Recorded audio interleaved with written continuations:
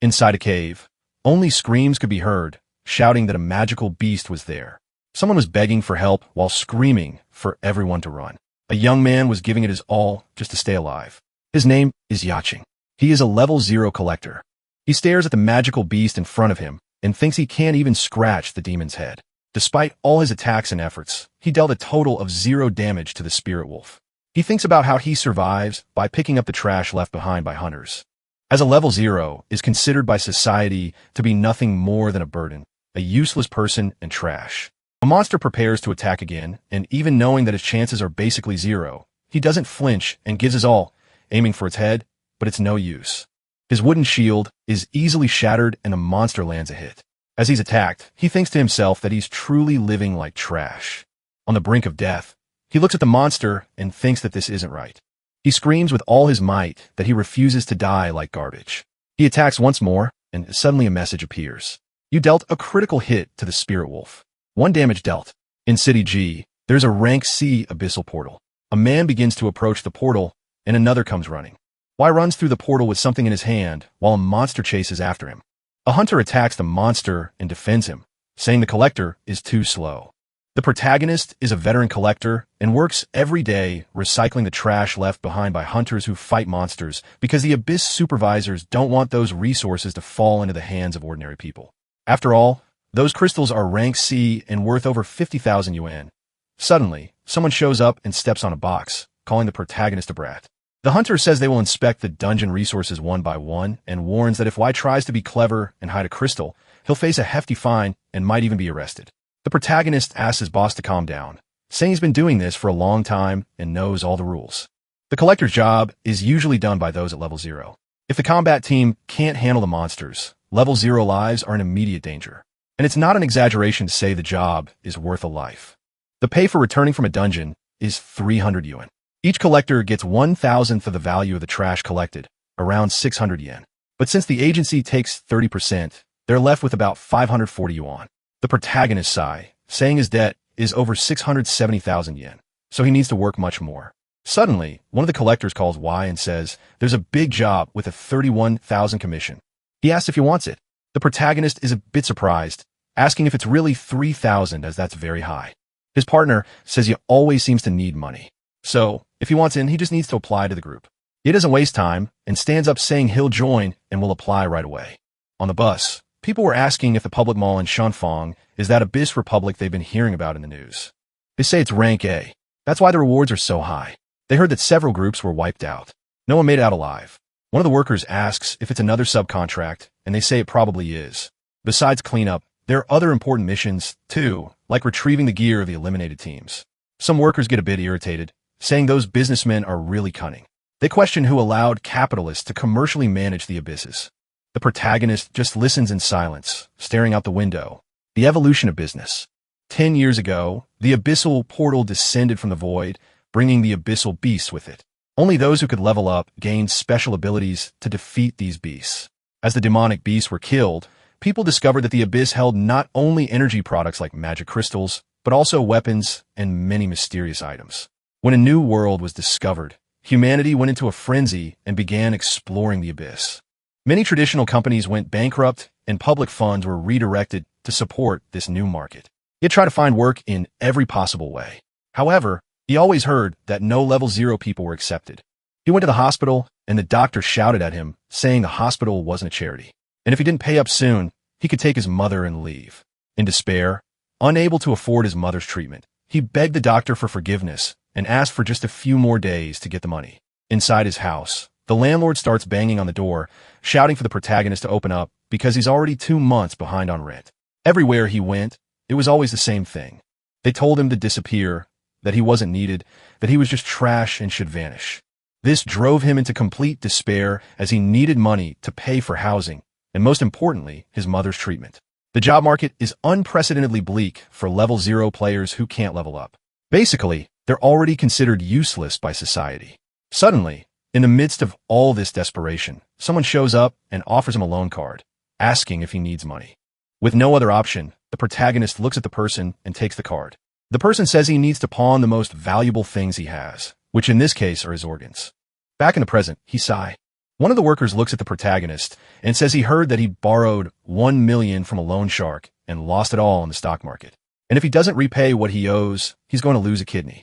And on top of that, he still has a little sister who depends on him. Not to mention the hospital bills are extremely expensive. They say it looks like that kid just needs to die already since there's no way he can pay off that debt. And even if he stays alive, he'll live the rest of his life as nothing but trash. Finally, the bus arrives at the location and the combat group was already waiting. One of the fighters says all the collectors are too slow and they get off the bus already apologizing. Another fighter tells them to hurry up and emphasizes that it's not his fault if anyone dies. Everyone starts climbing and heading toward the portal. He also gets off the bus and looks at the portal, thinking that this time he'll work hard to earn money and make it out alive. He steps through the portal and enters the underground city, the Dungeon Republic in Shunfeng, a rank abyss. He looks around thinking it's his first time entering a rank B abyss. Suddenly, the hunters hear a noise and some magical beasts appear ahead of them. A shield bearer shouts, calling his partner and saying that monsters showed up as soon as they entered. A magic user steps forward and says, "This is too easy." Since they're just low-level spirit wolves, he starts summoning flames around him. As the wolves attack, he fires a fireball, causing a large explosion and pushing the other wolves away. The shield bearer tells everyone not to let their guard down, as demonic beasts can ambush them in any dark corner. Another team member asks what their destination is. The shield bearer points upward, saying it's the 5th floor. A hooded member says it might just be an illusion. However, the first floor of that dungeon seems 5 times larger and 3 times taller. The guy with glasses says that's abyssification, a replica created based on the real world, but whose internal structure has been completely mutated. He asks where the bodies of the groups that came before them are, as there's no trace at all. He tells the collectors to try and find the bodies and not just wander behind, stressing that no matter where a level 0 goes, their only use is being trash. The protagonist starts walking through the place a bit distracted, and the magic user was crouching right in front of him, tying his shoes. Suddenly, it doesn't notice and trips over him, falling face first to the ground. The magic user gets a little irritated and yells that he should watch where he's going. Yeah, scared, apologizes. However, the magic user grabs him by the shirt and slams him against the wall, saying hitting trash disgusts him and that it scared him because he thought a monster was attacking. The shield bearer tells Locken to leave the collector alone because they have a mission to accomplish. Locken looks at the protagonist angrily and throws him to the ground, saying if he knows he's trash, he should stay away. Yeah, still on the ground. Thinks that guy is just a jerk who looks down on others. Lao Chen keeps ranting and asks the collectors if this is what they call a professional team. They start walking and the protagonist thinks they are just burdens to society, useless trash. Those are the collective terms society uses for level 0s. However, they have no idea that the protagonist experience is at 99 out of 100, and he's about to level up. He starts walking alone through the dungeon. Suddenly, he and another collector come across a demonic beast. The collector screams that it's a demonic beast and starts running, telling everyone to get away. Yes, starts getting a little worried, saying, the hunters let a spirit wolf escape. That is a critically injured spirit wolf. The protagonist looks behind him and sees a level 1 wooden shield and a level 1 stick. The wolf tries to attack him. Y thinks that monster is nearly dead, but his group ran away. He runs and tries to grab the shield, but takes a direct hit. Still, he doesn't back down and says this is exactly the chance he's been waiting for. He lands on his feet, holding the shield and the stick in his hands. He charges at the monster without hesitation. The wolf is alone. He manages to land a hit on the monster's head, saying it should just die. However, the damage dealt is 0. The demonic beast only gets angrier, and the other collectors, who were a bit farther back, say that Ya is extremely dumb. They point out that the protagonist didn't start in this field yesterday, so he should know that only hunters can deal damage to those demonic creatures. While fighting the wolf, he thinks that he already knows that his stats are level 0, strength 1, agility 1, intelligence 1, willpower 1, constitution 1, luck 1. He drops his bag and tries to run from the wolf, thinking that with such weak attributes, he can't even scratch a weak monster. He turns around frustrated, thinking that this is something he knows better than anyone. And it's precisely because he understands this so well that he has to go even harder. He dodges one of the attacks and charges again. Somewhere else, Lao Chen starts laughing, saying that when level 0s see a nearly dead beast, they'll tremble and piss their pants. The shield bearer says they could line their pockets just by killing a few monsters, but those pieces of trash can't do a thing to a demonic beast. No wonder they're worse than garbage. He says they should keep the more valuable items and leave the rest to the collectors, telling them to clean up what's left. Another hooded member warns the boss that it looks like another beast escaped around there. Suddenly, screams are heard, saying a demonic beast appeared and they should run. The hunters start laughing, saying it's exactly as the boss predicted. Lao Chun, still annoyed, says that the purple item has already been claimed by him and warns everyone to stay away from it. Meanwhile, deeper in the dungeon, noises are heard from all directions. He is being attacked by the demonic wolf and badly injured begins to panic. However, he gathers all his strength and yells that he refuses to die like trash. He manages to stab the monster with his stick, landing a critical hit and dealing 1 point of damage. With that, he defeats the wolf, which collapses in front of him.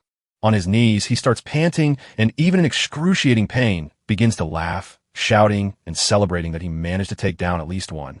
Suddenly, he hears someone approaching. Lock-in starts mocking him, saying the loner managed to defeat a low-level wolf. He grabs Yao by the shirt again and yells, asking if he's playing hero and whether he thinks he's immortal. Lao Chin keeps yelling, saying they didn't spend money just to drag the corpse of a worthless idiot like him. However, despite hearing all of this, the protagonist smiles. A hunter's career doesn't follow just one path. When you reach level 1, even a level 0 can change classes and gain access to a hidden class more easily. But for that, you need to find ways to gain experience and level up. Yet, for a level 0 who can't deal damage to demonic beasts, that's like climbing a slippery mountain barefoot. Even so, Ye spent years risking his life, seeking a critical hit to gain experience, accumulating little by little, rising slowly. But he never gave up until reaching 99%. A message appears. Repeated kills. You dealt 1 damage to the spirit wolf. You gained 1 experience point. With that, he finally reaches 100%. Completely injured, but happy, he says, this is the only way to gain experience. The conditions have been met. The system shows that his experience points went from 99 to 100 and that the requirements for leveling up have been fulfilled. Lao Chen is shocked and shouts that someone like that actually managed to change class. The system congratulates him, saying he finally reached level 1. An aura begins to envelop his body. In the end, he obtains the class Abyss Collector, and his max level is 1. Lao Chen looks at that and bursts out laughing. He asks what kind of joke of a class change that is. A garbage collector is still a garbage collector, and the max level is 1. He taps Y's shoulder, apologizing because he just can't stop laughing. He says this was a once-in-a-lifetime chance, and even so, the protagonist managed to get a class that literally means trash. He keeps laughing and says it's perfect for him. Suddenly, Lao Chen stops laughing and gets serious, staring directly at Y, saying all the other collectors are gone, and that's why Y will finish the cleanup alone. He turns and starts walking away, mocking and telling the other fighters that they won't believe what just happened. The protagonist looks at his injured hand and asks if collectors really are weak. He thinks that if the max level is 1, then he won't be able to use attributes to level up. He looks at the wolf's corpse and wonders what a collector's ability is. Suddenly, his eyes start to glow, and the wolf's corpse begins to emit a strange energy. The system says, recyclable trash found low-level spirit wolf corpse. Ye is a bit surprised to see this system screen, so he decides to say yes. Suddenly, his eyes begin to glow purple, and several hands appear out of nowhere. A powerful energy and intense pressure take over the area. He looks back and asks if this is a collector's ability. The hands go to the wolf's body and begin pulling it in. A message appears saying the trash is being disintegrated until the disintegration is complete. He asks if that's all and if it's over already. Suddenly, a hand reappears and informs him that he gained spiritual boost, emphasizing that he received 3 attribute points. The protagonist asks if he can get skills and attribute points from corpses. Curious, he opens his attribute panel. The hand says he needs 3 agility points to use it, which surprises him since it's only 3 points. He goes to the panel and says that if that's all it takes, then he'll put everything into agility, raising it to 3. The system informs him that he met the conditions to use the spirit wolf's ability and asks if he wants to activate it. Without hesitation, he says yes. Suddenly, he starts feeling something strange in his body. When he opens his eyes, he's a bit confused because he didn't feel any result. Someone yells at him, saying he needs to go clean up that mess, and he yells back that he's going. Afraid of getting scolded, he starts running. But as he steps on the ground, he notices something different. His speed is extremely higher. Not used to it, he trips over a route and falls to the ground, asking if it was the ability that did that. The system screen appears again, informing him that the spiritual boost is on cooldown. He gets up, takes a deep breath, and looks ahead. But when he sees it all, he's surprised. There are several wolf corpses there. With his new vision and collector ability, he can see that all those bodies are recyclable. Yo wonders if he can take attributes and recycle abilities from beasts because that's the only ability of an abyss collector.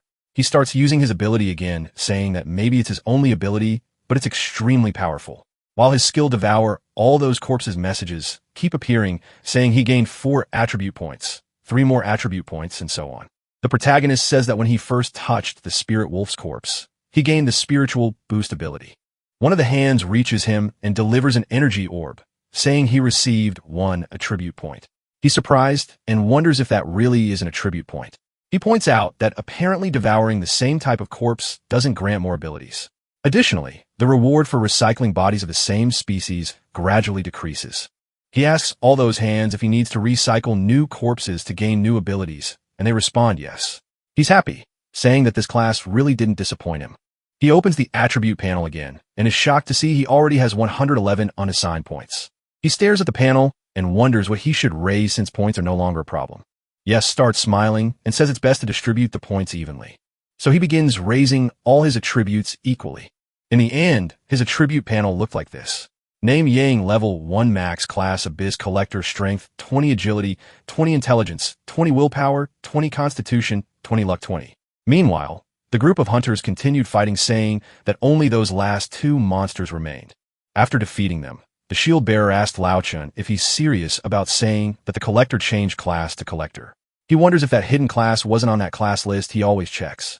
Another member says it's not that important because every year a new class is added to the list, but the most valuable ones remain the same. These so-called hidden classes are usually just a joke. Lao Chun says that considering the protagonist level is at most 1, then he must be an F rank, just a bit stronger than a level 0, so there's almost no difference. The group leader says they should let it go, continue what they're doing, and stay alert at all times. They keep walking and finally reach a higher point. However, the moment they look at what's ahead, they're completely shocked. A completely dark monster is standing before them. The leader says the mission target has been found, as those are the remains of the captain and the falcon hunting team. The girl with them is confused, saying there's a pile of them, and not even in that shopping mall, especially not on the 5th floor. The man with glasses approaches one of the bodies and says the abyssification hasn't even lasted 48 hours, and yet the corpses are already completely dehydrated. He says it's possible their essence was drained using some kind of magic. The woman says that up until now, they had only encountered low-level spirit wolves. So, if the falcon hunting team was B rank or higher, this is really strange since they were all defeated and killed there. They start hearing a strange noise, and the leader looks to the side and is completely shocked as several monsters begin appearing out of nowhere. He yells that it's not just wolves that are there. Meanwhile, on TV, the news report announces an important alert. An abyssification has occurred at Shunfeng Public Mall. Initially rated as a grade B mutation, the current number of missing people has already reached 217. Back inside, the leader shouts in fear, telling everyone to retreat immediately, saying it's an ambush. Lane starts using his flame and yells that he had found it very suspicious not to see the bodies of the previous hunting team. But it turns out they were all piled up in that mountain of corpses. The leader says the weak demonic beasts along the way were only there to lure them deeper into the dungeon. As they defend against the first wave of attacks, they begin to see something much bigger starting to move. The leader looks and says that the true voice of that dungeon has appeared. It's a carnivorous plant from the abyss, rank A. Lao Chun shouts for everyone to look up because the hunters who had died came back to life and were attacking. While all this is happening, the protagonist is still recycling the corpses of the low-level spirit wolves. After recycling several bodies, a system screen pops up in front of him, saying he reached the novice collector milestone by recycling 50 corpses. He starts laughing, saying he finally unlocked an achievement. The system informs him that he'll receive the following rewards, which makes him very happy because he wasn't expecting any. His rewards are a low-grade heart collector and a very ordinary dagger. He's extremely disappointed, saying that while the dagger might be usable, the rewards are really bad. As he's there examining his rewards, he starts hearing very loud noises. Looks up and wonders if something's coming toward him. Screams start growing louder in his direction, and a zombie begins running to attack him, which terrifies him. He dodges the first strike and backs away. The system says he triggered an agility check, emphasizing that he successfully evaded with a flashy move. He shouts that the monster scared him so much he thought he was going to die. He begins to analyze his own body and feels like he's become significantly more agile, wondering if it's because of the attribute points he distributed. He clenches his fist and smiles, thinking he's finally become stronger. However, the monster that attacked him charges forward again, giving him no time to react. Just as he's about to be hit, his body reacts extremely fast. He manages to dodge another attack. He pulls back a bit and thinks it's not just his agility that's improved, but also his strength. Feeling confident, he activates his spiritual boost ability and charges forward, saying it's his turn to attack now. As he rushes in, he thinks that he's finally become the hunter instead of the prey. He lands a punch on the monster, sending it flying, saying that this time he won't just tickle his opponents. The system appears again, saying he triggered a new strength check, noting that he caused a breakthrough in the target's defense, doubling his physical damage. The monster starts groaning in pain and shaking. Y begins to smile and says that this is his new version and it's way better than the old one.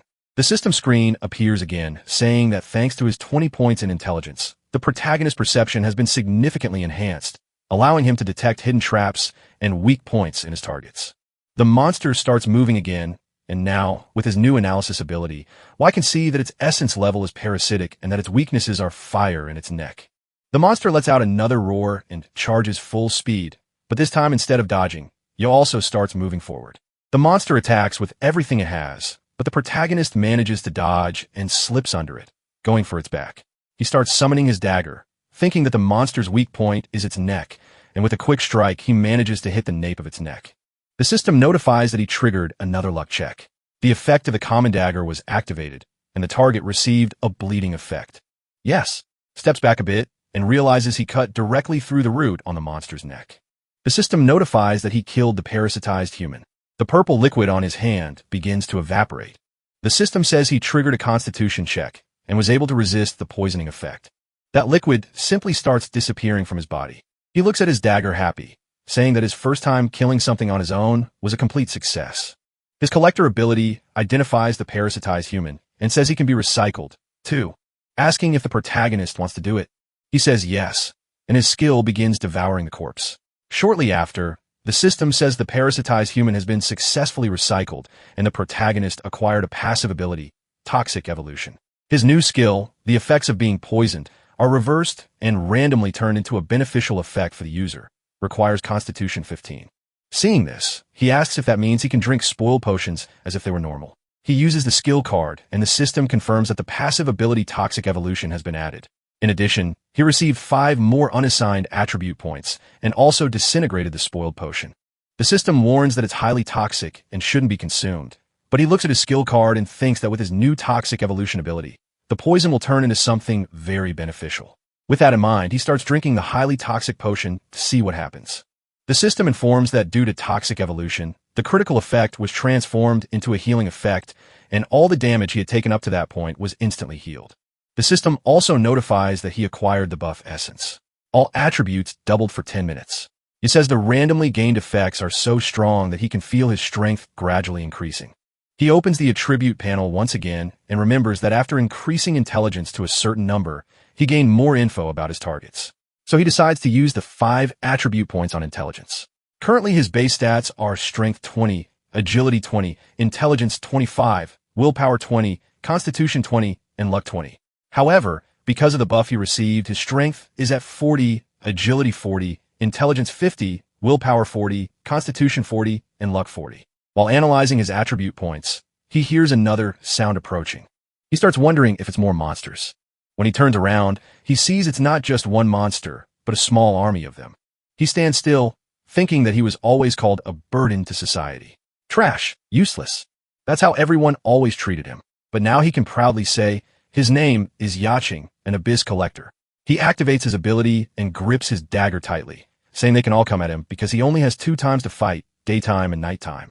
Meanwhile, on the 5th floor, their fight was still going. However, they were starting to feel overwhelmed because the entire Falcon team had been parasitized. The leader tries to defend himself, but realizes that even though those monsters are just the bodies, they're stronger than they were alive, not to mention the boss itself, the carnivorous plant from the abyss. He shouts to the whole group that they need to retreat immediately. They start running while Lock-In tries to clear a path with his fire magic, but the woman gets hit in the back and the man with glasses had already been killed. The leader just keeps running, saying the monsters are still chasing them no matter what they do. Lock-In, trembling in fear, thinks those monsters are too strong and they won't be able to do anything more. With that, he just keeps running nonstop. The shield bearer tries to block an attack, while Lao Chen keeps running. He thinks he only came there for money and gear, so dying there would be a waste. Suddenly, the The team leader starts being enveloped by strange magic and can't move properly. He looks at Lock-in and asks what he's doing, saying they're a team. Lao Chan apologizes to his boss, but points out that he needs to hold the monsters off as long as possible. He abandons his leader to his fate and starts running, saying that when he comes back, he'll spend a little more on his funeral. The shield bearer, lying on the ground and unable to do anything, just tries to call for help, but is completely ignored by his companion. While running, Lao Chin thinks he won't lose anything if he escapes now, because at least he still has the equipment he managed to grab. And at worst, he'll just have to come up with an excuse for his whole team being wiped out. However, he crashes into someone and falls to the ground. Seeing the protagonist startled, he covers his mouth. But once he realizes it's he starts getting nervous, saying that once again that trash kid got in his way. The protagonist begins to get angry, asking if Lao Chin really betrayed all his teammates just to survive. Lao Chin, watching Y's ability in action, asks if that's all he can do. Suddenly, he starts thinking that he can't let the protagonist leave, because if he reports him to the committee supervisors, he'll likely be condemned. He shouts at Ye asking if he doesn't want to become stronger and stand out from the others. Then he says this is the moment and tries to kick the protagonist, telling him to go and become monster food. However, the kick has no effect on Ye. The system appears saying that the strength check failed. The kick was invalid and will have negative effects. Lao Chin falls to the ground in pain, screaming and insulting the protagonist, asking what he's doing. Y begins to release his aura, cursing Lock-in, saying that he may be trash, but anyone who abandons their friends is worse than trash. Without hesitation, he begins using his ability. Lock-in starts shaking and screaming, "What is this?" begging for help and calling for his mother, but he is dragged away by the hands. The ability notifies that the trash triangle is in progress, but the trash is not recyclable. The hands throw him back to the ground, and the protagonist says that apparently not all trash can be recycled. Suddenly, another notification appears saying the recycling skill has been upgraded. Now, the target's useless abilities can be recycled with their consent. Additionally, Y receives another card saying he is the Spellmaster, the 3-minute experience card. If the target is unconscious, consent is given by default, which is very convenient. He uses the 3-minute experience card. With it, he gains control over all flames. The Fireball skill requires 15 intelligence points, and he has 50 in total. By activating the Dark Effect, the Fireball evolves into Grand Flame Explosion. Several monsters begin moving again. He looks back and sees they're getting closer and closer. He starts trying to figure out how to use the Fireball skill and tries to remember how Lao Chan did it last time. When he uses it, it creates an extremely powerful explosion. The flash takes over the entire floor, and all the monsters in front of him are completely disintegrated. He gets irritated with himself, saying he didn't have time to recycle the bodies and begs them not to turn into smoke so easily. However, another monster appears at the top of the stairs and stealthily advances behind him. But Yes senses the presence of someone else and dodges at the last second. He moves away from the opponent, who keeps pressing forward without giving him any time, but none of its blows can land. Ye grabs his dagger again and begins fighting on equal footing with that monster. He starts thinking that he still hasn't learned any close combat skill. He looks back and sees the body of the shield bearer, thinking that might work. He says the shield bearer wouldn't want to be resurrected by that boss after death, so maybe he should help him become stronger. Using his ability, he begins to consume the entire body of the shield bearer, thus gaining the golden shield. Immediately, he starts using the shield, and in the middle of the opponent's charge, he spots a weakness and rushes in, smashing the monster's head with the shield and winning the battle with relative ease. Without wasting time, he apologizes to the former hunter who had been parasitized, but says he needs to recycle that body, too. He asks the former warrior to rest in peace. Upon absorbing the body of the former hunter, he gains the Dagger Demon card. Now he can use a dagger like an assassin and unleash a flurry of stab attacks. He quickly uses the card and gains another ability. Upon absorbing it, he says the dagger now feels more flexible in his hand. A story is told. Their fight was brutal. The committee states that the protagonist's mission is to find the Falcon group and bring them out of the dungeon. Instantly, the response to that is yes. The committee says that if their bodies aren't found, the mission will be considered a failure and no payment will be given. The battle continued, and with each moment, the protagonist gained more abilities. By recycling the bodies, he managed to gain speed, and his strength and agility attributes increased significantly in addition to becoming immune to control skills. The man telling the story says he already knows he won't get anything. The committee asks if he has found the bodies of the Falcon group. He replies yes, but that they've all been recycled. The committee asks what he's talking about, and the man says all the corpses and monsters were taken into the abyss by that person. At the Abyss Supervisory Committee building in the interrogation room, Lao Chun is sitting in front of the evaluators, trembling with fear. The committee says he was the only survivor from that dungeon, so the person he's referring to doesn't exist. And furthermore, there's something very strange. When they found Loken's body lying on the ground, his level had been reduced to 1, something that's never been seen before. Driven mad, Lao Chun starts screaming that it was exactly like he said, his abilities were recycled by that person. And that's the proof that he's the trash collector, but he doesn't sound credible saying that. The committee states that the Abyss's energy pollution level is so high that it's possible he was recycled and then spat back out, which is what's causing hallucinations. That's the main theory proposed by the assassination team. Lao Chun keeps yelling that it's not true and insists he's telling the truth, that he wouldn't lie about it. He insists that everything really happened. The trash collector did all of it at the entrance to the Rank B Abyss.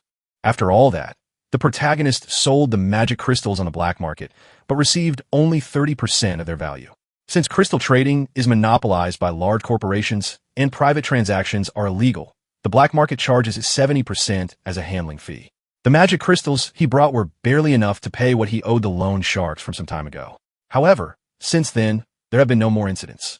He looks at his own hands and thinks that he's a bit afraid of using his recycling ability in front of others, as they might report it to the supervisors. Not to mention that he awakened an extremely strange class, so it wouldn't be impossible for them to lock him up for a year to run major experiments. The protagonist concludes that he needs to earn as much money as possible while he's still a free man.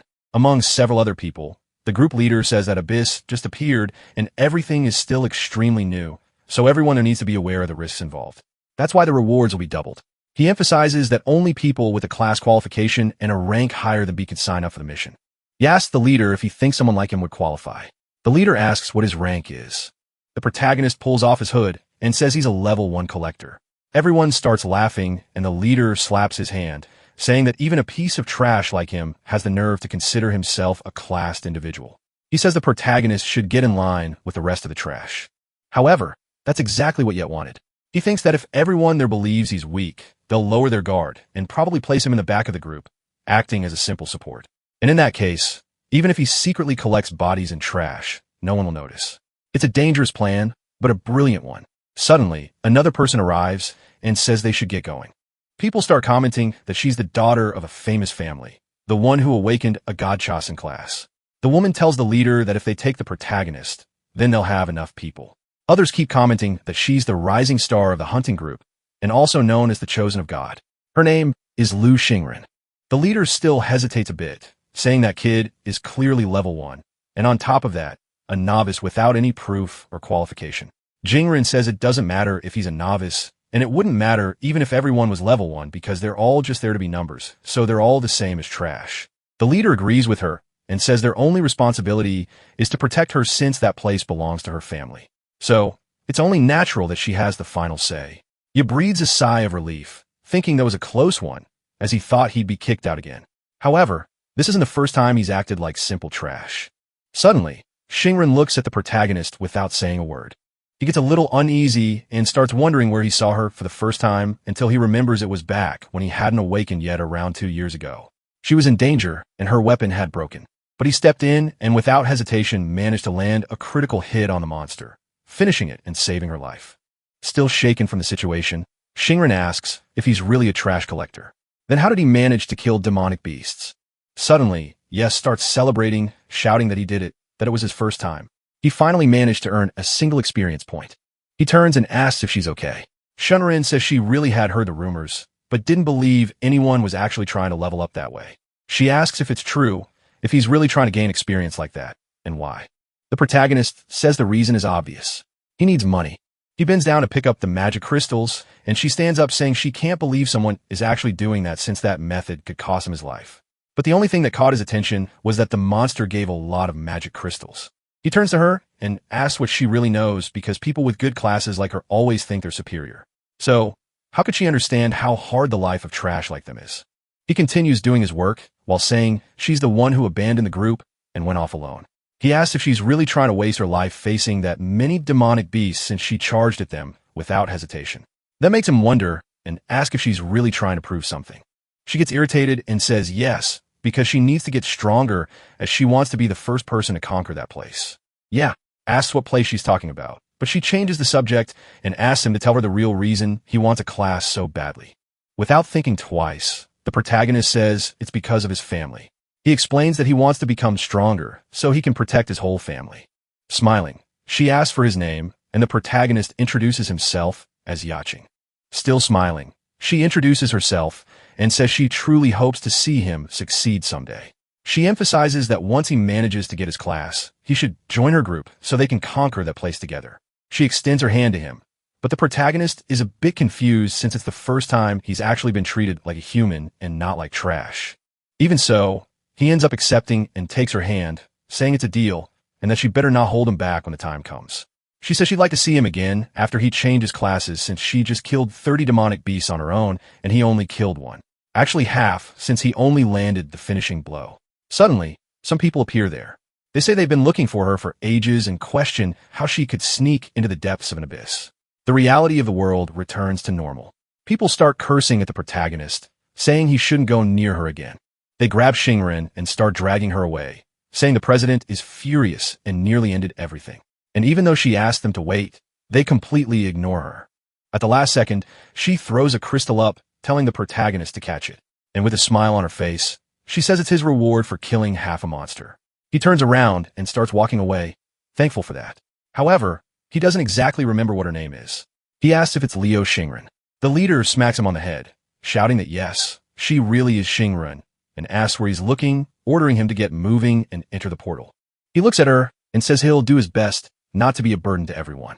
She looks at him without saying anything. A few seconds later, she says it's fine and asks everyone to grab their gear and get ready to enter. Once everyone is ready, they begin heading toward the entrance of the abyss. Make it back alive. He remembers that when he fought to escape the abyss last time, he mastered the warrior's shield, became an assassin, and also gained berserker skills. But what truly made it worth it was that he finally obtained a boss-level skill, super regeneration of man-eating plants. Because of the way he distributes points on his radar chart, no matter what career he chooses, he'll have no weaknesses as his strength, agility, intelligence, willpower, luck, and constitution are all balanced. His attribute points are equally divided among those 6 stats, and the total he can gather is around 100 points, especially since he was the only one who cleaned up all the recyclables in the last abyss. Still, he starts to wonder what level someone would need to be to match 100 points. He uses his skill observation Eyes attribute perception. He observes that the strength attribute of the man in front of him is only 12 points, and his weakest stat is intelligence with just 1 point. He thinks that if the strength of a normal human is 1, then a warrior with 12 points is approximately 12 times stronger than an average person. But his own strength is already at 100, meaning he's around 100 times stronger than a regular human. As he analyzes all this, they keep walking until something moves and a loud noise is heard. The whole group looks back and the leader asks what happened and whether it was a small earthquake or something like that. In reality, it was a trap. However, you manage to hold it back with just the strength of one arm, pushing the wall back and preventing it from crushing someone. He remarks that the structure of that underground space is very unstable. Suddenly, someone else arrives, shouting that they found a chest, drawing everyone's attention and allowing the protagonist to breathe a sigh of relief for not being noticed. When they reach the chest, the leader says this is total crap, because they don't have any assassins in the team, and that chest looks like it's rank A. The protagonist raises his hand and says he can open it. However, the whole group is confused as to how a level 1 person could open something like that. He walks up and effortlessly opens the chest, leaving everyone stunned. He thinks that opening that lock is as easy as eating, but the rest of the group can't believe he did it so easily. The leader says that lockpicking skills like that can only be learned by assassins above level 5. Ye explains that a level 1 collector can learn a bunch of useful skills because they come across lots of unopened chests while cleaning up trash. The leader ends up understanding and says they'll divide the items once the mission is over. For now, they should keep moving. The group agrees, but they hear a small sound. He asks the woman next to him to stand still for a second because it seems like there's something ahead. He throws a rock and the walls quickly begin to move this way. He triggers a trap and prevents a fatal incident. The woman looks a bit uneasy and questions whether the protagonist is really level 1. He asks her not to think too much about it, saying they just happen to run into something he's good at. He finds a lot of traps while picking up trash, so he usually suffers because of them. That's how he ended up unlocking the trap perception skill, and there's nothing strange about it. Xingren was behind the 2 of them, and hears the whole explanation. However, she remains silent, saying nothing. All 3 members of the group end up accepting the explanation, saying they understand. The system appears saying, deception check success. Target has become more persuadable. The protagonist begins to wonder if this is the power of having 100 intelligence points. The leader starts treating him a little better and gives him an item, saying it's a reward, and tells him to use it proudly. He says it's the one-handed broken mace, a normal class weapon that can be used by a level 1. Y starts thinking that apparently his evaluation in the minds of the others still isn't very high. The leader tells them to keep moving until they finally arrive at a large room with something in the center. The group asks what the deal is with that and wonders if it's some kind of secret treasure at the end of the abyss. However, they start laughing, saying that getting there is extremely easy and begin to think it might be the kind of abyss with reward rooms, the type that only contains items and no monsters. The system explains that this is the reward room, a room with no monsters containing only some treasures, a unique type location within an abyss. Jingren asks the group not to get overconfident and to pay attention to places where monsters might spawn. One of the group members walks up to the plaque and holds it in his hand, saying, "There's no way that stone plaque is the only thing in this abyss." He turns, letting his guard down, and asks if now that they found the last treasure, they can leave. However, the chalice in front of him begins acting strangely. Suddenly, it starts to emit an absurd amount of blood, and the system announces that the blood trial has begun. Shingren curses that member, calling him an idiot, and points out that this isn't an abyss reward, but a trap. She says the thing in front of them is the blood nightmares. Shingren opens her inventory, grabs her sword, and shouts for everyone to get ready to fight. The blood monsters begin surrounding them. The protagonist says that to avoid exposing his attributes, he should fight using only 20% of his power. At that moment, the ring on his finger is the trash weakness ring. Its effect reduces all the wearer's stats to a chosen percentage. When he first got the item, he was furious, wondering what kind of trashy ring only serves to lower your stats. But now, he thinks that no matter how useless something may seem, it can always become extremely useful. One day, the battle begins. Ye uses his spiritual dash and charges at the monsters. Even limiting his strength to 25%, he destroys everything in front of him with a single strike. This catches Shingren's attention, and seeing that he did all that with just one move, she realizes everything around him is being destroyed. One of the monsters takes advantage of her distraction and tries to attack her. However, Shingren hadn't let her guard down, and with one move, she destroys the monster. Meanwhile, the Horned Warrior is struggling. He asks what's going on because even after blasting the monster with a hit, it begins to condense and take human form. The Blood Nightmare in its original state is fragile, but when it attacks humans, it strengthens based on the opponent and mimics their form. Even so, the warrior doesn't back down and manages to slash the monster in front of him. The mage shouts, praising the attack, but the monster, even wounded, doesn't fall. It counterattacks, cutting off one of the warrior's arms. He falls, screaming in pain. And the mage in despair says decapitation doesn't work. So how are they supposed to win against those things? The monster prepares for the final blow and attacks with everything. At the last second, its sword stops inches from the warrior. Shingren had completely frozen the monster and asks if they could be just a little less useless. She touches the monster and shatters it entirely. Shingren points out that this is just a bloody nightmare and says they're embarrassing themselves, just as expected because a piece of trash is still trash in the end. The monsters keep attacking. With the warrior on the ground, the mage tries to attack, but shouts that there's no time to cast spells since the monsters are moving too fast. Y says that if swords don't work on those monsters, then they'd better just barbecue them all. He uses Grand Fire Explosion, destroying several monsters at once. Once again, the entire group is left speechless. The mage screams that Grand Fire Explosion is an S-rank spell, and casting it instantly is basically impossible. She asks if something's wrong. How can a level 1 player do that? More monsters begin appearing and advancing. They let out a loud roar. However, Y does the same, and his roar stuns the monsters. Berserker mode is a skill exclusive to Berserkers. Speed is increased by 100%, strength as well, and damage taken also doubles. With one punch, he completely explodes the blood nightmares, but he notices blood fragments flying all around him. When he looks back, the monster he just destroyed starts to fully regenerate, but with something different. The mage, still frightened, says that monster duplicated. The creature begins to evolve, transforming into a blood nightmare king. The group starts shouting, asking how a king-level monster could appear in a B-rank abyss. That's why they're certain something's wrong there. He says that monster can mimic its target's form and grow stronger by facing stronger enemies. That blood nightmare absorbed the protagonist attributes and instantly evolved into a king-level monster. The blood nightmare begins its assault, but manages to dodge. As he pulls back slightly, he wonders if that monster's attributes are enough to match his own. Because if that's true, it means there's no way to win by overpowering it. Shinrin steps forward and calls the protagonist a useless little fish, telling him to get out of the way because she wants to handle that powerful opponent. The monster starts attacking her too, but with her speed, she's able to dodge and begins climbing up its body. With her freezing sword, she attacks and begins freezing parts of the monster. Yo is surprised to see that she can use domain-level ice control, but it still isn't enough. With its other hand, the demon strikes, landing a direct hit and throwing her to the ground.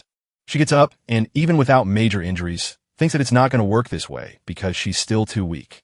Some time ago, she was at the edge of an abyss, and her guards warned her that the abyss's energy was highly unstable, asking if she really wanted to go in alone. Shinrin kept preparing and thought her goal was to conquer that place once and for all, the highest darkness level of the Tower of the End. However, her growth rate is still far below that of her brothers and sisters. She stands up and keeps thinking that honestly, to be a princess, she doesn't even come close to them. The blood nightmare keeps attacking, and she begins gathering energy around her, thinking that if she can't easily eliminate the abyss, she's not worthy of inheriting her family's name. Lu Xingren opens her eyes with intense focus and creates a barrier around herself, managing to block the attack. A flag appears beside her, and she slams it into the ground. That's the Frost Banner. The system appears and says, "Haste." All allies within a 30 m radius gain a 50% speed boost. The ground in front of her starts freezing and quickly reaches the monster, freezing it completely. With her boosted speed, she charges forward. She thinks that the ice demon specializes in restraining water-type monsters. Even if it can't kill, it'll no longer be a threat if it's frozen. Shinran uses Comet Strike, an extremely powerful blow that manages to slash the monster. The protagonist watches and says that this must be the legendary God-chosen class. However, he's still uncertain, wondering who is stronger, the Kingle Blood Nightmare or the God-chosen Knight. As she finishes her attack and pulls back slightly, she looks at the monster and starts to wonder if her attack had any effect at all. The part she managed to cut falls to the ground, but the King-level Blood Nightmare remains intact. It continues attacking, but none of its blows land. While fighting, she thinks that even though she's an S rank, her strength still doesn't come close to her older siblings. She keeps dodging while questioning her own power, thinking that even though she carries the Lu name, she always feels like she's being left behind. And clearly, she is the weakest member of the entire family. Always mocked and ridiculed, called the disgrace of a Lu family, with people questioning how they could have such a weak sister, saying she should just stay home because the abyss is too dangerous for someone so fragile. With all that weight and those repressed feelings in her heart, she gathers her strength, thinking that she wants to become the strongest, even if that means starting with a beginner's abyss. Because as long as she keeps challenging greater hardships, she'll be able to surpass everyone one day. And to surpass everyone, she must be capable of facing every challenge by herself. She lands a blow on the monster's head with all her strength, but it's not enough. He looks slightly alarmed, and she notices something behind her. The monster lands a direct hit, slamming her into the ground with immense force. From that attack, she begins coughing up blood. The team's mage starts panicking, shouting that the monster was able to defeat even Shinran, an S-rank hunter. So, everyone needs to get out of there immediately. The Blood Nightmare prepares to deliver the finishing blow to her. But the protagonist won't allow it, and once again uses his firepower, destroying one of the monster's arms. The severed arm flies toward the rest of the group, who scramble to dodge. Thanks to that attack, Jinger manages to get up. Yo's going to face the monster heathen. He uses his observation eye skill to find the monster's weakness. He thinks that if that monster really reaches king level, it will gain resistance to abnormal conditions. And if the level is high enough, it might become completely immune to freezing, stunning, paralysis, and slowing. As the levels progress, even places that were originally weak points will no longer be. That's why he thinks there's no reason to keep holding back and decides to activate all his attributes. He gathers an immense amount of fire in his hand, and with a punch causes the monster tremendous pain, but still not enough to defeat it. The monster counterattacks, but the protagonist manages to get out of range. While Xingren takes a healing potion, the mage is impressed by the protagonist's speed. He keeps dodging and attacking like it's nothing. His movements are truly impressive, like those of a real assassin. He begins releasing even more power, thinking that as long as he can find the weakness of that king-level monster, he'll be able to reach his goal. He attacks with consecutive fireballs, causing great damage. However, he thinks that no matter what part he destroys, it will always regenerate. and he hasn't managed to identify any weakness on the monster's entire body. However, he notices the monster seems to be remotely controlled by something. When an object was removed, a trail of blood appeared, indicating that the cube had something to do with the blood nightmare. He asked the group to throw it to him. The warrior sees the block in front of him, and with a three-fingered kick, makes a perfect throw. The system screen appears, saying the intelligence test was successful and that he can now decipher the ancient writing on the block. The system begins decoding the ancient enchantment on the block to break the blood curse. It is shocked and thinks the solution was right under everyone's noses. And if he had used the observation eye from the start, all of this could have been solved. The monster grabs the plaque in midair, puts it in its mouth, and enters invincible mode. The group asks why the monster is no longer moving, and the protagonist gets frustrated, saying he was too careless. Now that monster has gone into invincible mode, Shingren approaches him and asks if they've met before, because when she heard him for the first time before entering the dungeon, his voice sounded familiar. He is surprised and asks if she really didn't recognize him. He explains that he met her in the abyss 2 years ago and says he was the trash collector who took her experience point, the first one he ever earned in his life. She remembers and brings up the 29.5 points she got from that monster. So, he's that brat who took her 0.5 point. Shunran says she remembers now, but can't recall his name. She throws out a few guesses, making him a little uncomfortable, so he decides to tell her his name is Yaching. She's surprised and happy at the same time because she never imagined he'd succeed just through hard work. He confirms she's right and says he's now a level 1 collector. Shingren is amazed because he'd always risked his life for experience, slowly accumulating his points and still managed to become incredibly strong. He asks why she's looking at him like that. She smiles and says it's a little embarrassing to say it out loud. She taps her sword on the ground again and says the block will orbit around the blood nightmare's body so her control over the ice demon can freeze it for a short time. Jinren asks the protagonist to use that brief moment to locate the block. Yes, smiles and says he expected that because no matter who you are, there are always moments when you can't handle the challenge alone. With a smile on his face and confidence in his heart, he tells her to consider this a 0.5 reward and emphasizes that they'll work together to defeat that monster. She smiles and gives him a high five, saying he better not slow her down. The rest of the group yells at both of them, telling them to wait a bit because they want to join the battle too. Even if they're not much help, they want to fight with everything they've got. Yes, smiles and says it's fine, so they'll do it all together and emphasizes that they'll definitely all make it out alive. They get ready. Meanwhile, the plate starts acting inside the monster. The protagonist pays attention to this and says they still have 5 seconds until invincible mode ends. And after that, the monster will enter berserker mode and attack nonstop for 30 seconds. He turns and tells the whole group to listen carefully because these are the last 30 seconds of opportunity they'll have, and they must return alive no matter what. Even though they're very afraid, the whole group gets fired up and shouts that they'll return alive no matter what it takes. A system alert appears stating that the intelligence test was activated and the spirit boost was successful. Shingren also receives this buff, and the spirit boost on her caused her fatigue value to decrease by 100%. Her magic recovery rate increased by 15% for 30 seconds. She's surprised by these effects and turns around in disbelief. She smiles and says that it seems she really can't underestimate the protagonist. She begins to coordinate the first attack and orders the warrior to keep the monster's rage low. Without hesitation, the warrior charges at his leader's command, goes up to the front of the blood nightmare, and starts insulting it, trying to grab its attention. This works as the monster's rage is now focused on the warrior. Wasting no time, Jingren continues coordinating her team and asks the beloved to hit the monster's newly formed tentacles and cover the collector. She immediately gets to work and manages to restrain the monster for a while using her magic. Yo observes the situation and says the block with the griffin is the key to ending the blood trail, and that if it gets destroyed by the fireball, the blood trail will never end. Shingren asks what they should do. Even without being sure of what he's saying, the protagonist says maybe he can pull it out with his bare hands. Jingren is shocked by this idea and shouts that there's no way he can do that with his bare hands, questioning if he really plans to dive into the blood nightmare's stomach. Yes, starts focusing and says no. In fact, he's going to penetrate the monster's body. Still surprised and not fully understanding, she ends up agreeing and tells the archer to hit the ceiling so the falling rocks can create a platform for the protagonist to jump from. The archer says he got it and prepares, firing a powerful shot at the ceiling, causing an explosion above the monster. Shingren uses her flag again and shouts that she's going to freeze the lower half of the blood nightmare. Ye gets ready to act and says they can leave the rest to him. The two launch the attack. The monster notices this and starts attacking them as well.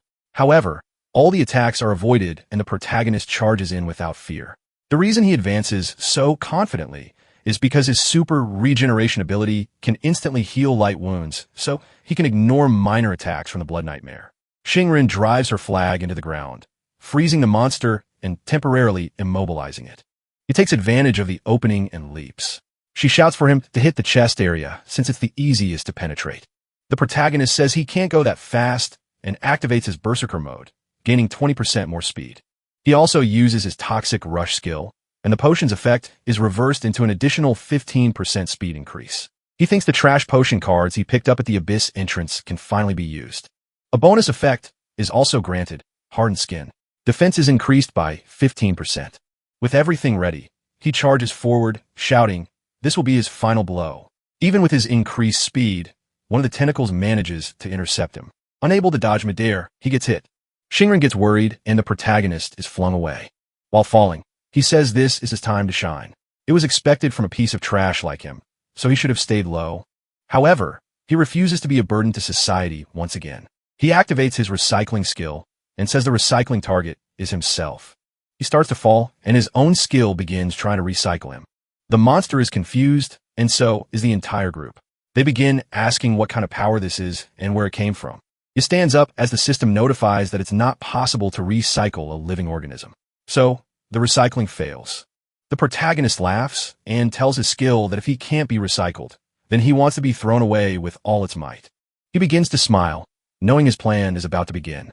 His skill throws him again toward the monster, and this time, the speed is even greater since the force of his ability is astronomical.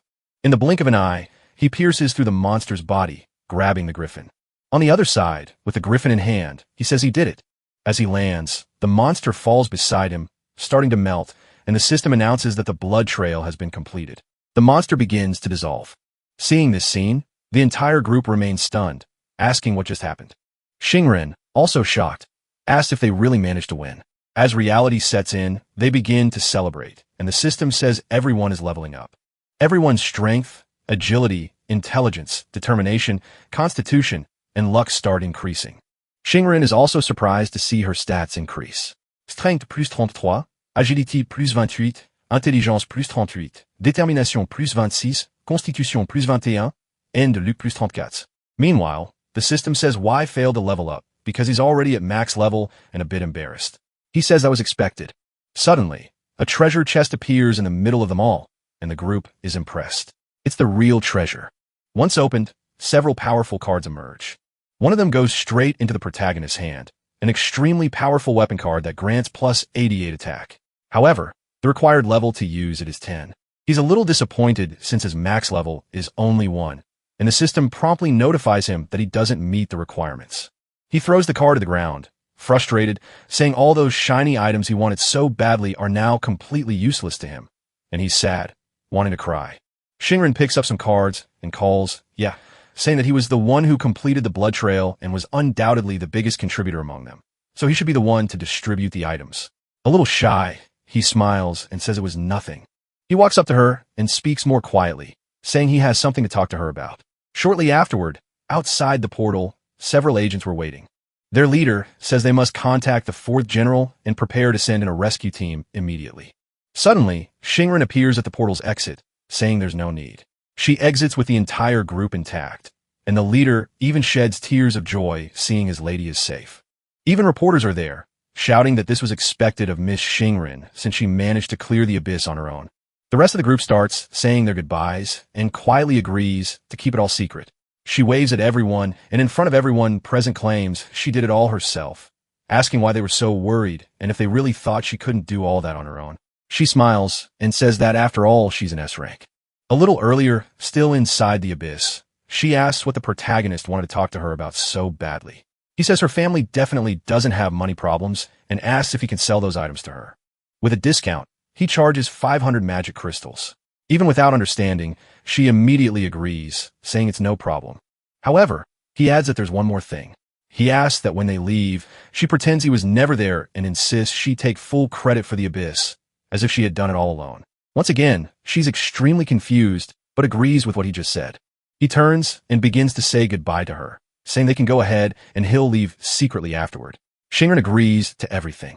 However, she's a bit uneasy, thinking the protagonist is setting her up to owe him a favor. Once everyone leave the abyss and everything is quiet, Yet takes the griffin and sits alone on the ground. He extends his hand, sensing something. And as a small piece of the blood nightmare appears, he smiles. He leans down and tells the little nightmare that even something weak like him doesn't want to be trash and let others decide for him. So he offers the nightmare to become part of his strength. He captures the blood nightmare with his skill, and suddenly a message appears. Recycling successful. Blood nightmare skill acquired. Humanoid nightmare consumes life essence to summon a nightmare clone. The clone can imitate the host by dealing or receiving damage. It will dissipate immediately after the effect is triggered. This skill can be upgraded. Cooldown time, 305.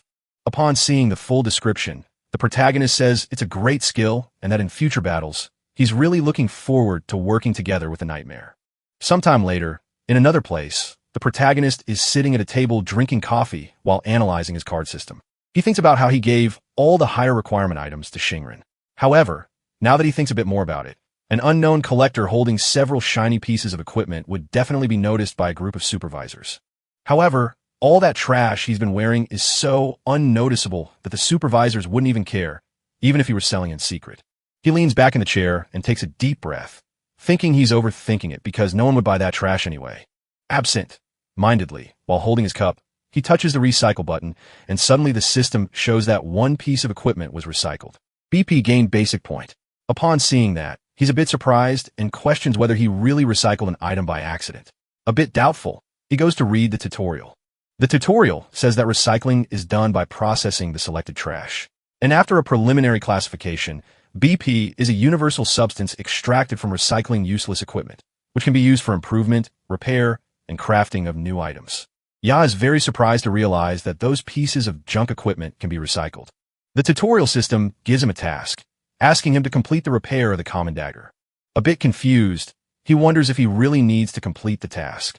Following the hints, the tutorial informs him that repairing the common dagger costs 5 BP. He sees that the remaining durability of the dagger is 0.33, and he had almost thrown it away after killing the boss. He says that if he counts the BP from that accidental recycling, then he still needs 4 more. He begins recycling some trash weapons, and says he needs to recycle at least 4 more. Once he gathers the necessary amount, he repairs his common dagger. However, he gets a surprise. The weapon wasn't just repaired, but the durability and attack also increased a bit. The system shows that the common dagger now has a durability of 34 THS. Before, the max was 33. In other words, 1 point was added. The requirement is still level 1. The attack, which was previously 21, has now increased to 22. The repair rewards were weapon max durability +1, attack +1. Upon seeing this information, he thinks, in other words, that while equipment is constantly used and repaired, even trash items can be improved. He smiles and says that apparently bad equipment needs to be reinforced to improve. The system congratulates him for completing the tutorial and asks him to choose a reward. The first option is a beginner's blueprint, a convenient magic potion that can instantly recover someone's mana while removing a large amount of fatigue. Or the second option, a random attribute value +2. He starts reflecting a bit and thinks that at the moment, attribute points are not scarce for him. What worries him most when venturing into the abyss is that he can't predict its depth, and many adventurers who are unprepared often run out of mana before reaching the boss room and need to backtrack to resupply. As a result, mana flasks are usually key survival tools for a group, and the value of those flasks speaks for itself. He ends up choosing the potion, and the system appears again saying, "Tip, congratulations. You have learned item regeneration." However, on the card he received for the flask, it's written convenient magic potion blueprint. The protagonist wonders why it's a blueprint. The system appears again, saying that the regeneration requirements for the convenient magic potion are 6 BP plus a random container. He starts thinking that it's not surprising an item's regeneration would need BP, but he is surprised to learn it also needs a random container. He raises his hand and calls the attendant, asking if he could provide a small container. The attendant hands him 3 disposable cups. With everything in hand, he begins his production. In no time, he manages to recycle the trash completely. And now the next step is regeneration. However, he's surprised to see that even within his system, there's a focused mini-aim to do everything perfectly. He draws the attendant's attention, who doesn't understand what he's doing, talking to himself at the table. A few minutes later, all the cups are filled with potions. He picks up one of the cups and says, That's what you'd expect from a recycled item. It's a bit weird, but it's not like it's unusable. He starts drinking, and the system announces that he gained convenient magic potion X5. However, he starts to feel a bit sick, shouting that it tastes like some kind of rancid juice. But instantly, he begins to feel something happening in his body. The system announces that his mana has increased and his fatigue has decreased. He says it's amazing as he can feel his mana completely restored and his fatigue simply gone. He stores the potion cups in his inventory and leaves the shop thinking that now he should be able to complete another abyss that day. But as soon as he exits the shop, two people were waiting for him outside. A bald man asks if he is yachting. The protagonist becomes a bit suspicious, so he decides to remain silent. The man who asked his name says it's only been a few days and his aura has already changed completely. The bald guy touches his shoulder and smiles, asking if he found any treasure while collecting trash. He points out that he's been looking for the protagonist for a while and almost reported him missing a few days ago. Yes, says he paid off all his debts with interest on debit, so he asked the man not to bother him anymore. The bald guy asks the others to leave, extinguishes the cigarette he was smoking in the protagonist's drink, and hugs him, asking if he really thinks that's all there is. He points out that maybe Yed did pay all the bills, but his work contract hasn't expired yet, and adds that the protagonist shouldn't forget that a trash collector should live like a trash collector. The man starts getting angry and says, is acting like he's something special, asking who he's trying to impress. With a slap, he knocks the protagonist's drink to the ground, but then he starts screaming, asking how blind because he just spilled the bald guy's drink, the sacred brown sugar pearl. People nearby also shout, saying that a level 0 knocked over a rank be awakened and question whether he understands the consequences. The henchmen get ready and say they've always been disgusted by the sight of him. The protagonist looks at a nearby camera and thinks that according to the supervisor regulations for awakens, using abilities outside the abyss is forbidden. The only ones allowed to activate their abilities outside the abyss are law enforcers, such as the special police. Therefore, he needs to find a blind spot in the security cameras to activate his recycling and regeneration abilities. The bald guy makes a proposal and asks what he thinks about picking up the pearls from the ground and eating them one by one. And then, when done licking up the puddle of milk tea from the floor, he starts laughing mockingly, saying he's offering this trash collection job opportunity because, after all, it's a rare job opportunity. Already irritated with the situation, says he refuses, and that's enough for the bald guy to charge at him, asking who he thinks he is. However, someone starts approaching. This person is so powerful that upon getting close, the bald guy starts trembling. That man is Rodrigo, known as Caesar, from the S-rank hunting group Blood Oath. Caesar grabs the bald guy by the tie and asks if he's gathered enough people. The bald guy, trembling, says he's almost there. Only one person left. Caesar starts getting irritated and asks where the last person is. Suddenly, he turns and calls the protagonist, saying he's hired. The bald guy says that kid is just a trash collector. The protagonist observes the two, and the bald guy keeps saying that the kind of person Caesar wants should be someone who could defend himself and promises to find that person right away. Caesar replies that when entering the abyss under the Red Moon state, all monsters become extremely fierce, and what he really needs is someone who can be used as bait. So, the individual's strength doesn't matter. Upon hearing about the Red Moon, the protagonist begins thinking that during that state, monsters in the abyss go into a frenzy. Rare monsters also appear, rewards are doubled, and the quality of the magic crystals is purer. Seeing this great opportunity, he thinks for just a moment and already gets excited, saying he wants to be part of it. Caesar says that's an excellent answer and emphasizes that he likes the protagonist's determination. He calls everyone else to gather, and suddenly the protagonist hears a shout. Locken appears behind him, saying it's him. But before he can say anything else, Y charges at him, telling him to shut up. With that, they start fighting in front of everyone. The protagonist drags him to a corner, and a bit more calmly they try to talk. Lao Chun, still scared, shouts that he's not hallucinating and emphasizes that the protagonist really is that guy. He explains that if he hadn't borrowed everyone's strength that time, they all would have died inside the abyss. And it's thanks to him that Lao Chun is alive now. Caesar appears from behind the wall, asking if the two know each other. But the protagonist says no. Caesar turns and says that answer makes sense, because how could someone who killed his own teammates have any real friends? He asks Lao Chun how he managed to get out. He starts shouting that the committee originally planned to sentence him to 15 years, but he sacrificed all his assets and paid a 1.5 million fine to be released. He keeps saying that it's all the protagonist's fault, and now he has no money left and lost all his levels. So, he has to start over from scratch like trash. He continues yelling and threatens the protagonist, saying that if he doesn't return his levels, he'll report him to the World Committee. Y begins to release his aura and stares directly at Lao Chun, saying he dares him to say anything to anyone because if he does, he'll truly be turned into trash and recycled. Sometime later in the city subway, the three were arriving at the portal. Upon arrival, a level 3 bard named Jo Tong welcomes the protagonist to the disposable team. He asks what his job is. Y says he's a level 1 collector and his name is Yaching. Lao Chen also introduces himself, saying he's a level 1 mage. Jo Tong walks up to the protagonist and says, "That's normal because they're all trash there, so there's no need to mock each other. After all, they're all there to trade their lives for money, and there's nothing nobler than that." Yet looks at that guy beside him and thinks that apparently this trash team will really be going with him.